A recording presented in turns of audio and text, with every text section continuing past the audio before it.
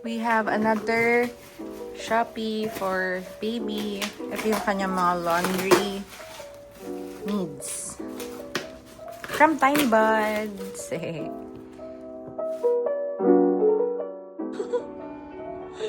Ang cute nito. Ang cute nito.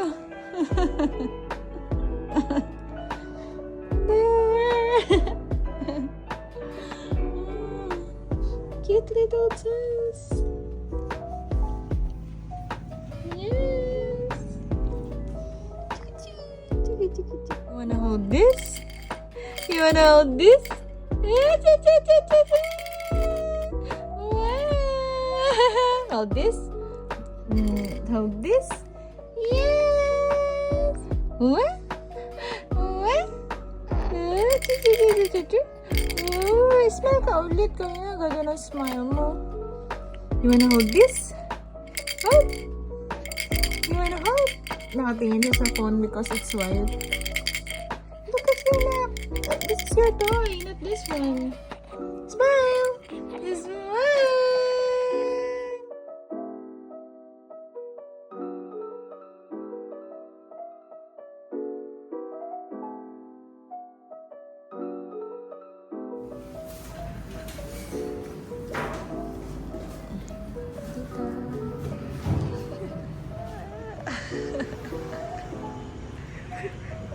There's Daddy coming. Tita. Tita, tita. Gutom. Okay.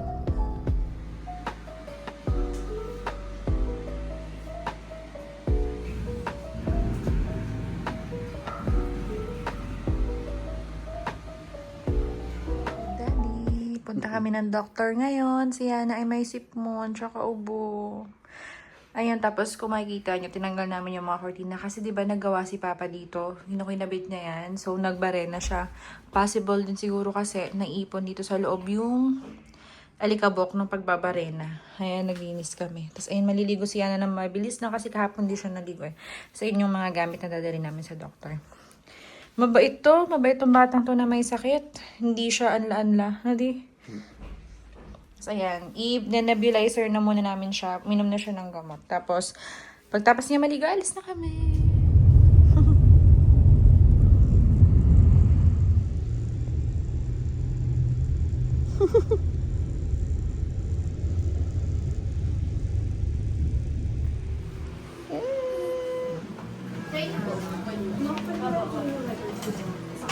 Waiting for Yana's Pedra. Yan sila. Daddy. Try namin gamitin to. Di pa kita mga. Yan. Tiny Buds Bottle Baby Cleaner na quick spray. Yan. Try natin. Gamot. Gamot ni Yana. Ayan si Yana. Nag-uusap sila. Guys, nandito kami sa veranda. Coco-lime. Magla-lunch kasi nabutan na kami ng lunch. Mag-aalas 3 na or mag-aalas 4 na yata.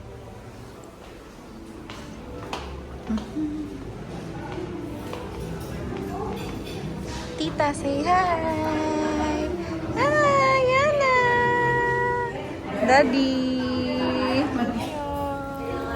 Di mamaya. Tulog na si Yana. Ay, gising pala. Ay, natulog na siya kaya makakain na kami sabay-sabay.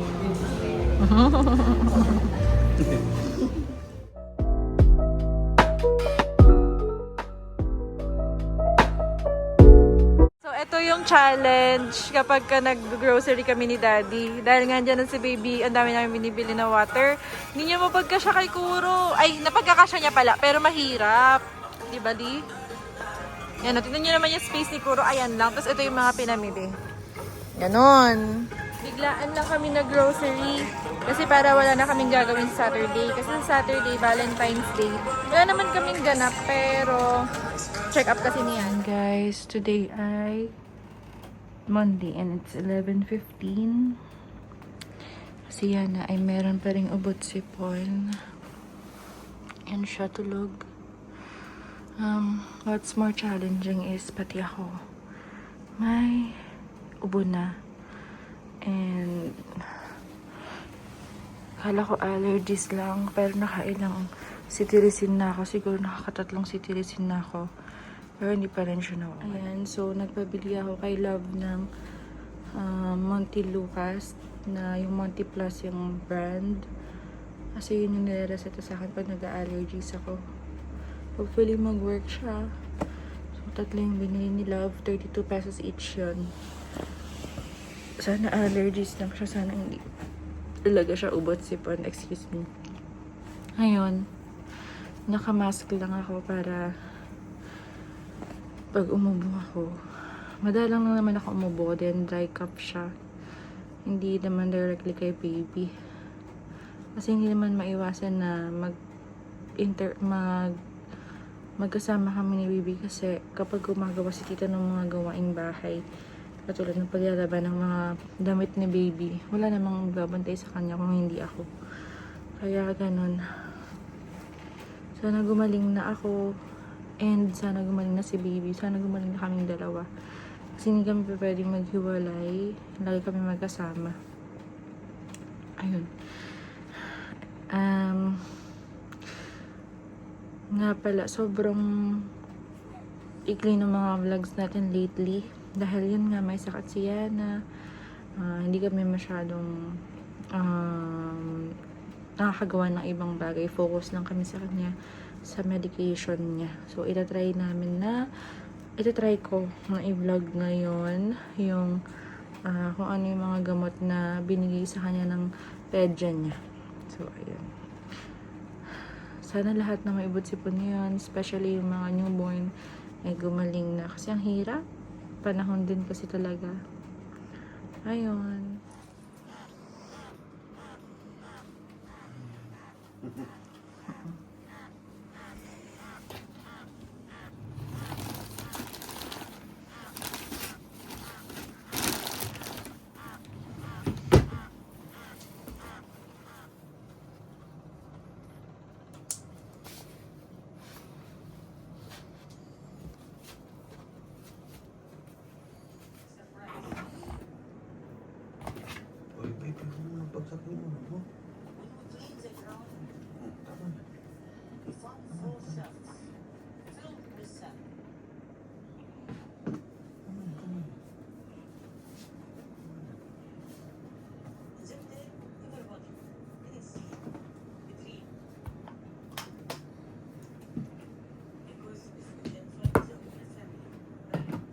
May milk siya na nakatimpla. Wala naman ito. Gusto mo. Chop, ihugas ko na yan. 6 Anong kilo lang yung maliit.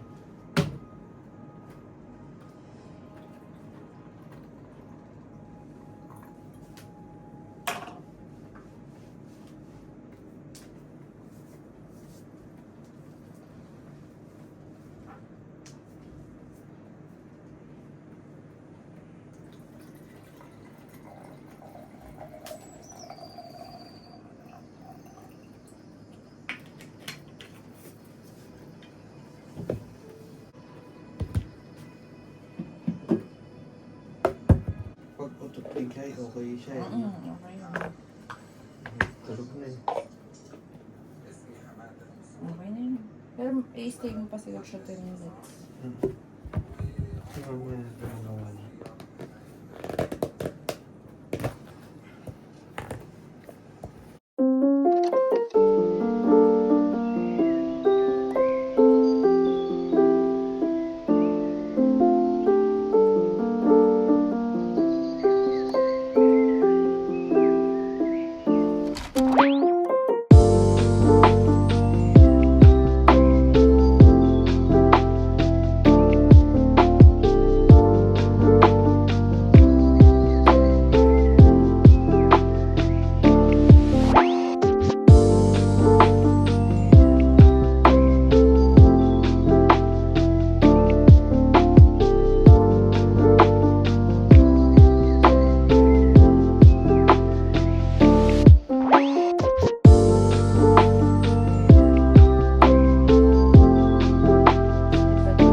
So, dapat magpa-pump na ako. Kaya lang, na-low-but. sayang love di ko na video, no? May bagong milestone unlock si Yana. Kaya niya nang mag-thumbs up. Naka-ready yan. Ayan, yung kamay niya. Oh. Kaya niya na mag-thumbs up. Sayang, hindi natin napakita. Ay, naantok na. Okay, daddy's duty muna. Hindi maganda pakiramdam ng mami.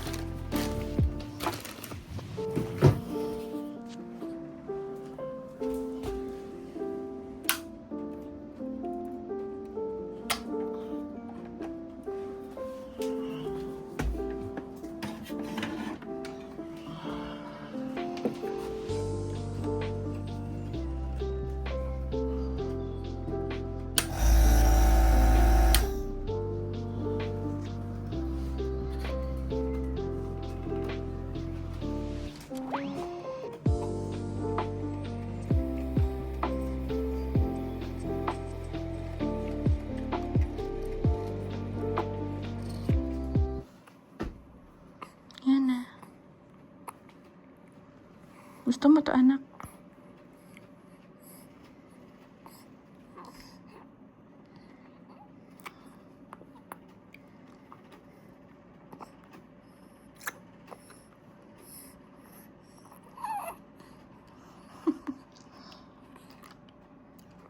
Basta gusto niya to eh.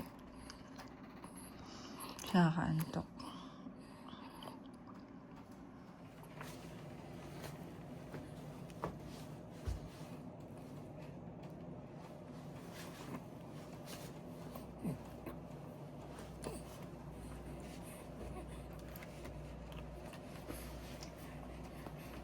Okay.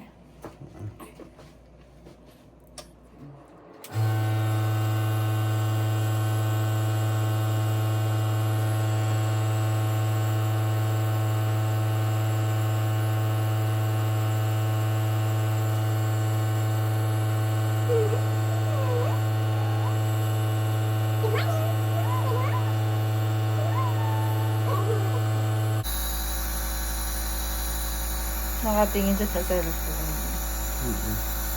Polaroid kasi. Good morning, Yella!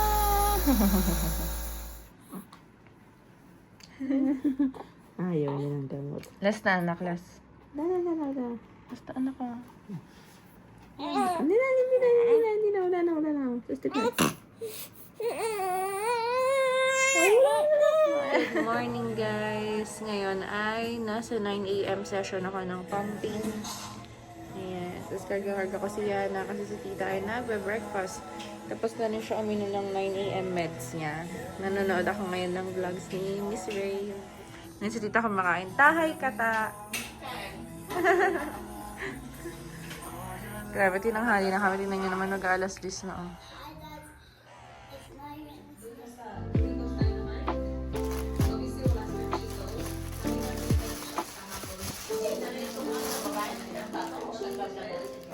Uy, million na yung followers mo. Oo, million. Nakita na talaga siya. Simple lang kasi siya. Pero yun ang nakita mo videos guys sa TikTok na masarap daw. I love chips. You guys know I love chips. I also like spicy content and I love cheese. Cheese. YouTube. Sa YouTube. Malaki din kita dyan.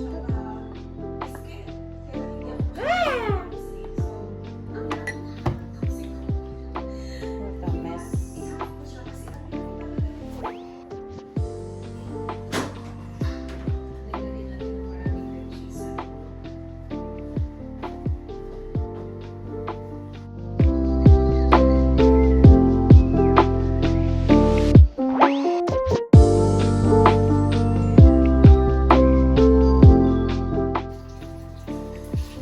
Eh, ano ba tayong tinola nandito?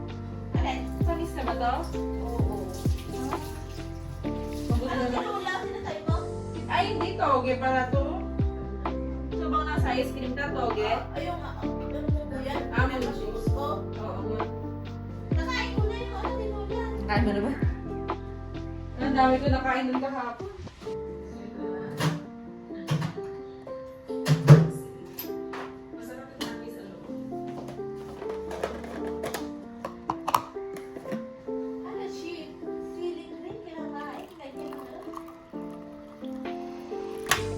Ano nilagay niyo ta?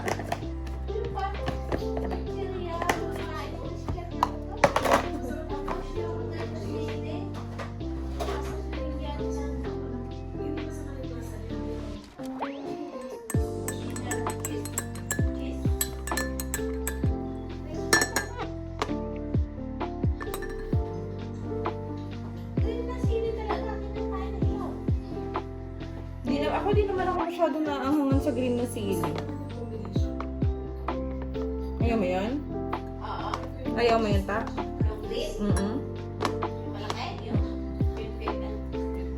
Bell pepper ba yung hinakain niya?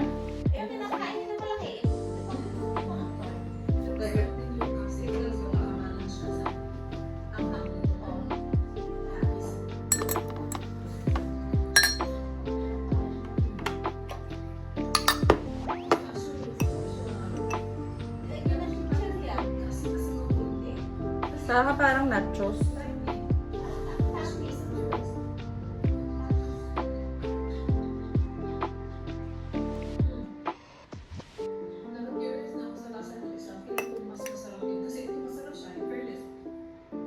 Guys, I think I'm done. Masarap siya ito ng kaunan. Half ng capsicum na yung nakain ko. So, I have to eat this. Half ng capsicum.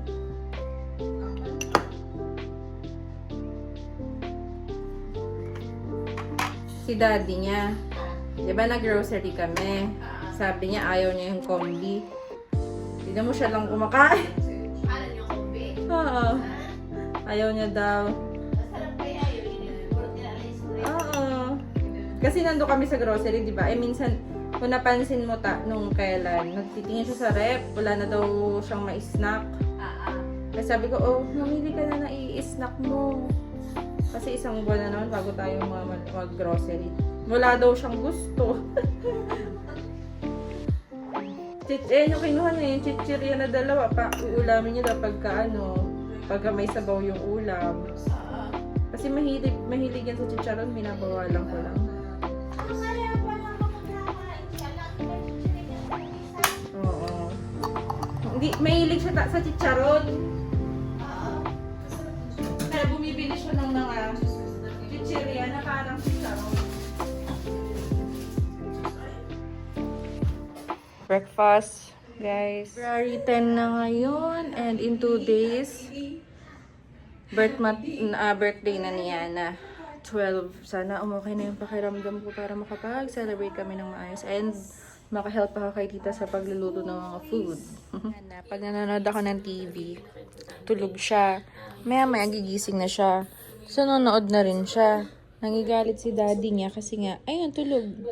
Nagagalit si daddy niya kasi nga ayaw niyang manood si Yana ng TV. So, itilipat natin siya. Yana, don't watch TV yet. Order kami ng humidifier at saka ng ganda ng outfit ko, guys, no? Nag-order kami ng humidifier at saka ng purifier. Hanggang ngayon, wala pa. Sabi kahapon eh. Look at Yana, guys. Hello! Dali, tama ka, dali. Hello!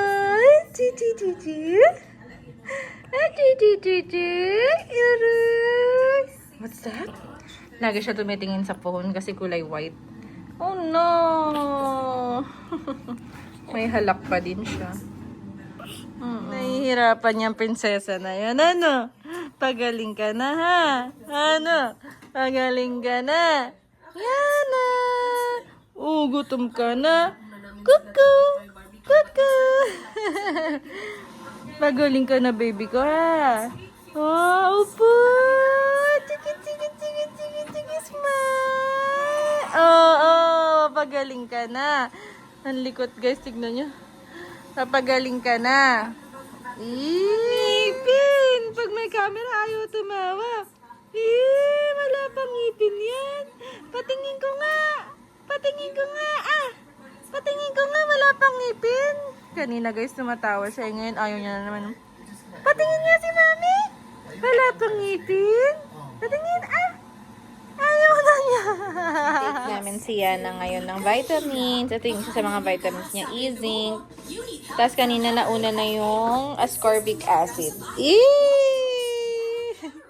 Kinukuha na ni tita ngayon yung ay, no, baby. Ininto kasi namin yung milk niya, eh. Ay, na po. Oo. Ayan na yung kanyang, ano yan ta, cherry fur, para lalo pang humaba. Chik-chik, pati nyo ata. Pakita natin. Cherry fur. Yan, cherry fur.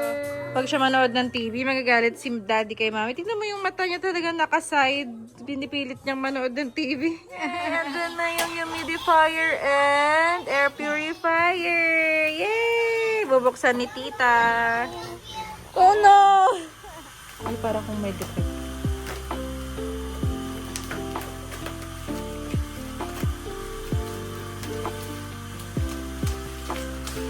Unboxing with Lola. With Lola. Yan, ito yung isa. Ay, dito naman pala. Ay, ito yung humidifier.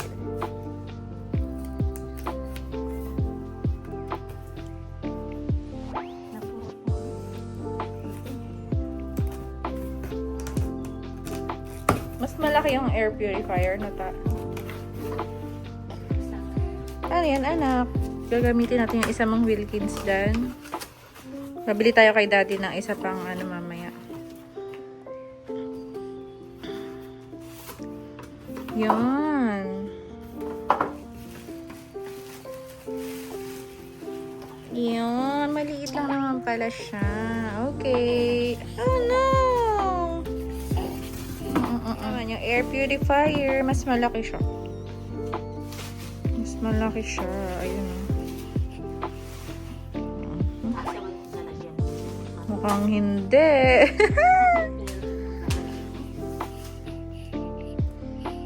Mukhang ayan, ta sa lapag lang. Nakatabi ng electric fan. Itong isa yung pwedeng nasa taas. Kasi maliit. Wala na tong mga saksakan. Ganito lang talaga tong isa. Wala na siya doon. Go, tita. Ito naman, oo.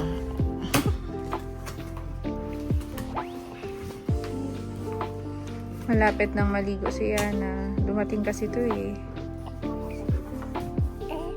Yay! There you go.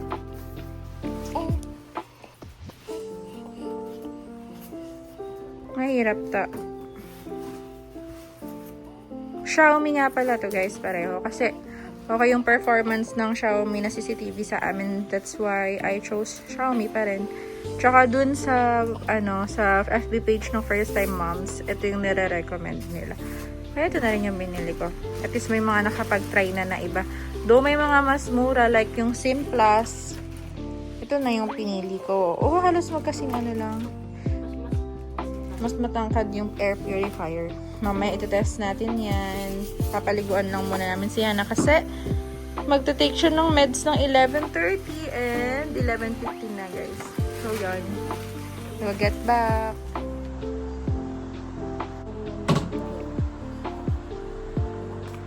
So Yana pa.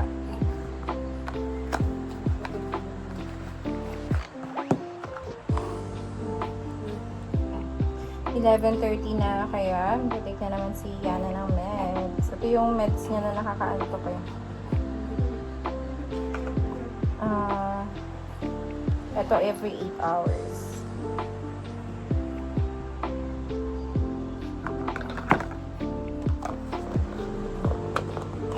Time for Yana! Chika chika chika, chika chika chika, chika chika chika, chika chika chika. Ah! Sige, magdaldal ka pa. Yay! Take a bath time! Bath time! Chika chika! Lagi siya nakatingin kasi nga kulay puti yung phone ni Mommy. Grabe yung effect ng Dysodrin kay Yana. Talagang tulog siya after niya inumin niya. Talagang bagsak talaga siya. Ayan guys, oh. Ayan, nakabit na namin yung air purifier yung nasa baba, air humidifier naman yung nasa taas. Tapos, naikabit na namin, Tapos biglang yung aircon, nagkaroon naman ng tulo. Alakatete. Ano ba yan? Sabi ni Daddy, babaan ko lang daw yung temperature. Tapos, baka mawala naman na. Kakapalinis lang yan nung November ba o December. Wala pang 2 months, 3 months pa lang. Nanood ako ng mga tutorials and ang galing. Tingnan nyo yung light, color green siya. Ibig sabihin pala niyan, maganda yung air quality dito sa room. Nox, kudos to tita sa paglilinis. Ang kay Ate Tetet. Gamot na naman si Yana. It's 3 p.m. Kaya magagamot na naman siya. Ayun ulit. Hindi ba yun tayo? Madami, opo. Hanggang Sabado to eh. 10 araw pa.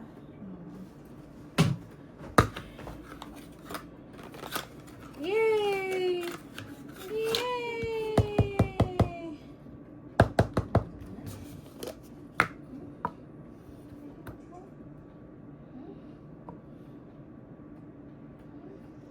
$70.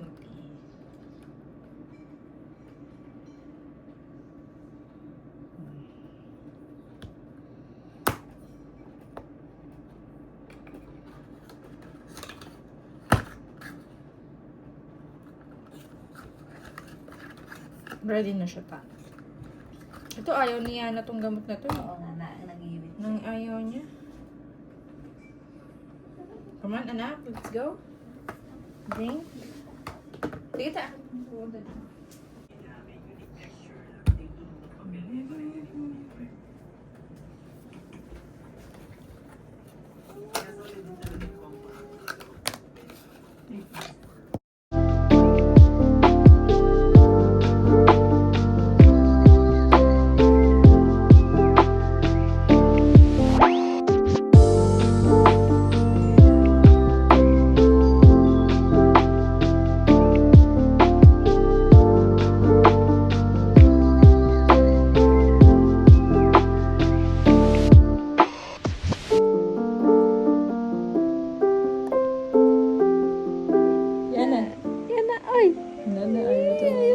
Dito tawang-tawa eh.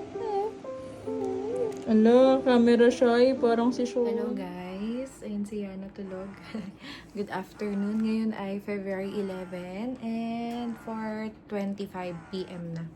So ayun, hindi masyadong proper or hindi masyadong maayos yung pagkaka-vlog natin itong mga nakarang araw kasi ayun nga, kung nakita nyo sa mga naunang clips, nagkaroon ng sakit si Yana.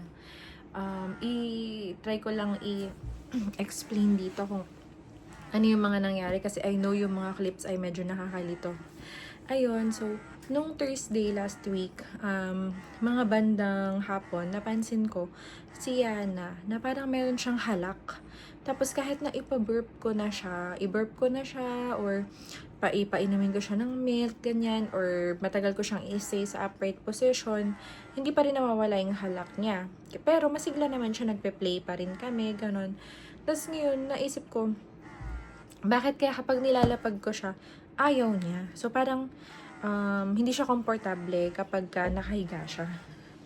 Yun, doon pumasok sa isip ko na may sipon siya na baka may sipon siya or ubo. Kaya hindi siya komportable pag nakahiga kasi para siyang nalulunod dahil nga barado yung ilong niya or what.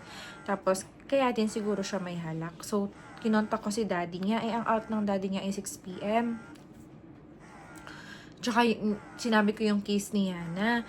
Tapos kung dadalhin ba namin kako sa emergency si Yana, ay nga pala guys, nasa 3 PM pumping session ako. Kaya ayan, kita niyo yung aking breastfeeding bra. Ayun, balik tayo. So, tinanong ko si daddy niya kung makauwi ba siya kaagad. Kasi nga, gusto ko nang dalhin si Yana sa emergency. Tapos, sabi niya, ayun nga, magpapaalam daw siya.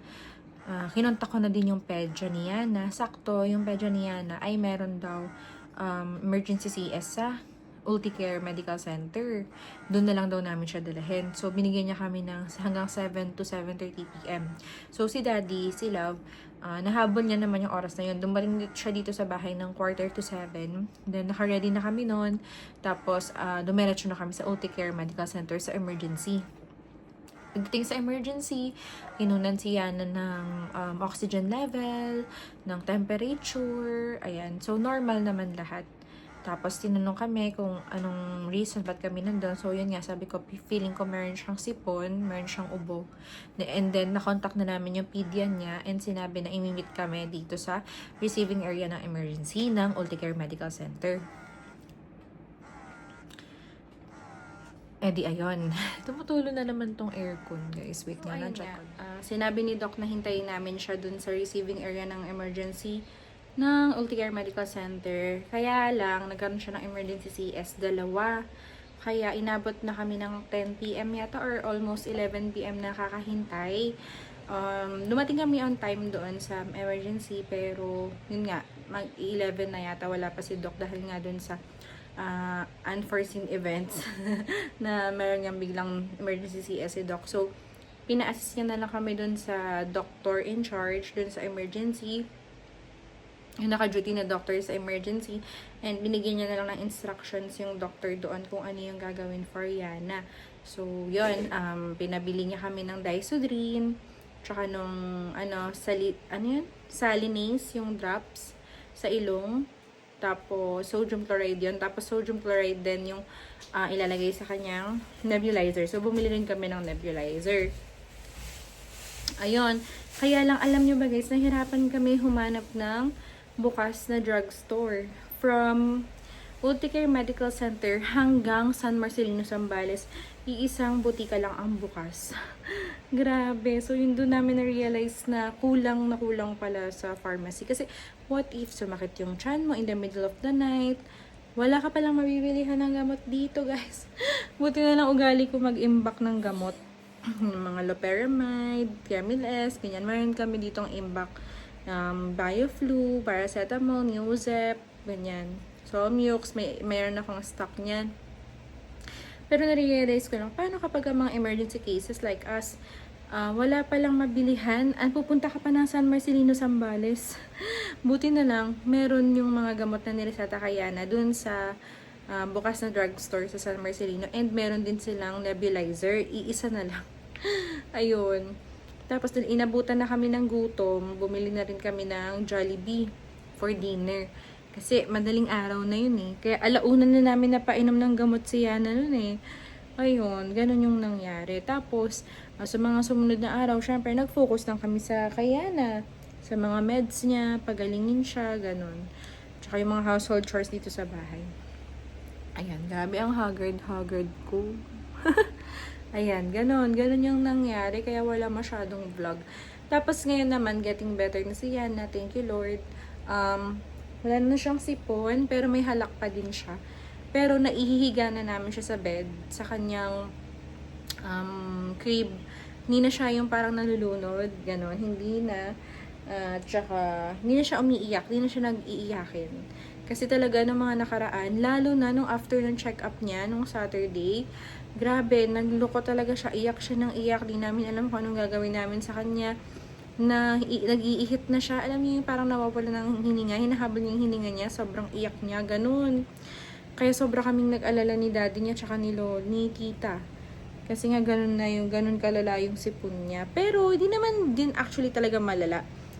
Kasi konting-konti nga lang yung sipon na lumabas sa kanya eh. But I mean is yung pagiging uncomfortable niya. Yun, parang ininda niya talaga na uncomfy na plug yung nose niya, ganun. Kaya ayun. Sabi ko nga kay Doc, paano kaya nagkaroon ng sipon si Yana? Hindi naman kami lumalabas ng bahay. Sobrang dalang lang din namin magka-visitors. Nagkaroon na kami ng visitor family pa. Sila Mama Des nung bumisita sila last Sunday. Tapos, nagkasakit pa si Yana. Para saan siya nakakuha ng ubo ka kung ganun. Tapos sabi ni Doc, yun nga, panahon din daw kasi. And much better naman daw na bata pa lang si Yana. Nade-develop na yung immune system niyang labanan yung mga ganyang klase ng sakit. Kasi mas mahirap yung mula bata, hindi nagkaroon ng sakit ever. So, hindi magiging matatag yung immune system niya. Ayun. Yun yung sinabi ni Doc sa akin. Kasi nag-worry talaga ako. And then, nag-research din ako kung bakit nagkakaroon ng colds yung mga babies. Possible, then dry yung air sa room. Ganyan, or maalikabok sa room, may mga allergen sa room, ganyan. Wala naman si Sean dito. Tapos, lagi naman kami naglilinis ni tita. Tapos, maliban doon, nagpapalinis pa kami kay Ate Tet. Tapos, yung mga sheets niya, lagi namang pinapalitan. Tapos, na-realize ko, nung minsan nga pala, nagbarena si Papa nung kinabit yung CCTV at saka yung emergency light. So, nag-general cleaning kami noon, nilaban yung cortina, ganon. Tapos, meron din kasi nagka-construction sa labas ng bahay namin. So, hindi na namin minubuksan yung bintana sa room.